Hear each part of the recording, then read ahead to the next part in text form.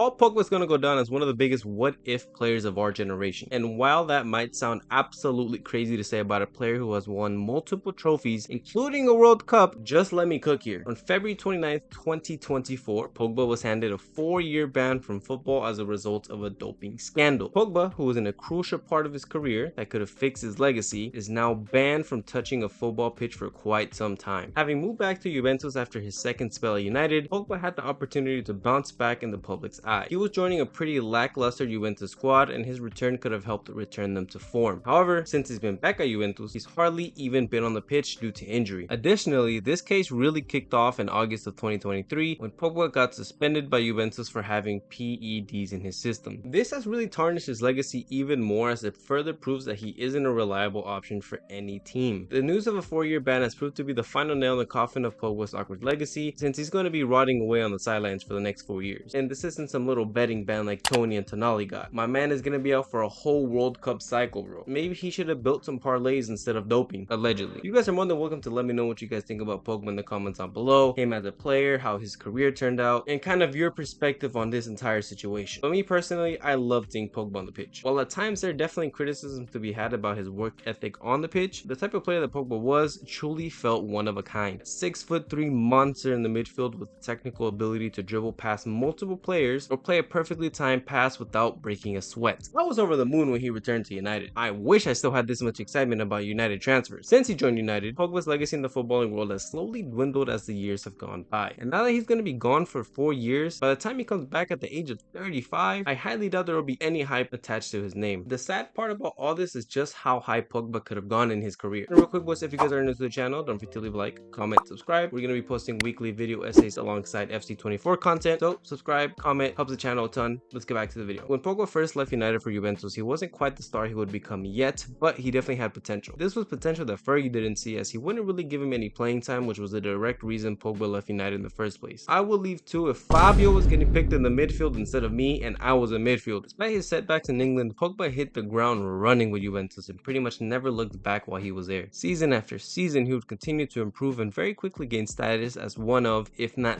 the most promising midfielder in Europe. As I mentioned earlier, his physical presence combined with his beautiful technique on the pitch made Pogba a joy to watch. With midfielders like Vidal, Marquisio, Pirlo to learn the ropes from, Juventus seemed to be the perfect breeding ground for Pogba to become the best midfielder in the world. Pogba would help Juventus win 4 straight Scudettos and make a Champions League final, which they lost. One would say losing UCL finals is the history of the Juventus, huh? In Pogba's last season for the club, he would put up his personal best 8 goals and 12 assists, which was also a league high, and he would also carry that form into the Euros, where France unfortunately came up short in the final. With all these accolades now under his belt, Pogba returned to United for a record fee at the time. He was joining a United squad where he would be accompanied by Jose Mourinho and Zlatan Ibrahimovic, amongst other stars. It really seemed like him spinning the block with United was going to propel his career to the stratosphere. And look, at this point we all know how it went. Essentially, Pogba's return to United is almost universally, with me being the exception, seen as a flop by the footballing world. In the long run, this was the turning point in Pogba's career that turned him from a superstar to a dud, at least in the eyes of the masses. Despite some good run to form, the consensus is that Pogba failed to live up to the price tag that was attached to him. Albeit he did win some silverware and even won the World Cup while at United, he generally had more low-performing games than good ones. One of the major conversations around Pogba was always that he had to be unlocked in order to reach his best. For example, his midfield partner in the French setup was Kante. Having arguably one of the best center defensive midfielders of all time alongside him allowed Pogba to run the show in the French midfield. But at United, some of Pogba's midfield partners throughout the year consisted of Scott McTominay, a 36-year-old Michael Carrick, Fred, Fellaini, and the only one who probably actually allowed Pogba to roam forward, Matic. Not the best names. However, you could also say for a player with the reputation of Pogba, you shouldn't need other players to unlock them. They should just be able to take control of the game, use their ability to take over. But you guys can let me know what you think. Towards the end of Pogba's time with United, things were a disaster. Having already publicly fallen out with Jose Mourinho, frequently being associated with a toxic environment in the United dressing room, everything came to a head in the 21-22 season. When Rangnick took over following Ole's sacking, things seemed like they were going to be great at United. Boy, how quickly did things take a turn for the worse. In United's 4-0 defeat to Liverpool that season, I really hate talking about United sometimes, Pogba came off injured after just 10 minutes when Liverpool were up 1-0 in the game. This would be the last time he played in a United shirt, and honestly, the majority of the fans were happy about this. It had become clear to many people that Pogba had no interest in being a United player anymore. Not only was he injury prone, but he also didn't step up to the plate when the lights were the brightest. Once it was known that Pogba was going to be leaving United, people wondered where he would go. Eventually, he would make his way way back to the club that revitalized his career the first time, Juventus. But Pogba would not be able to recreate lightning in a bottle twice, and the second Juventus run has honestly been worse than his time at United. And that brings us to the point where we are today. Having missed so many games for Juventus due to injury, one could say that this has led to Pogba's current fate. As I mentioned earlier, August in 2023 was the first time that Pogba was under fire for performance-enhancing drugs. Pogba does claim to not have known he consumed these substances, or at least he didn't do it deliberately. Pogba's career is essentially over. It's hard to pinpoint exactly where things turned upside down for Pogba. I say this because despite so much criticism for his time at United, he did have games and periods where he would absolutely run the midfield and completely take over games. Unfortunately for him, this was clouded over by inconsistencies from himself and from his teammates. It's really hard to tell exactly what's going to be next for Pogba because like I mentioned, he's going to come back at a point where he's about 35 years old. Midfield dynamics change so rapidly, and with players like Kevin De Bruyne, Jude Bellingham, Musiala, so many elite midfielders out there, by the time he comes back, he's just going to be a relic of the past. It's really sad to think about. You had this player who was in his 20s, killing it, making the FIFA Team of the Year, winning the World Cup, taking over international competitions, now banned for 4 years. But you guys can let me know what you think in the comments down below. Again, if you enjoyed the video, leave a like, comment, subscribe. Thank you for watching.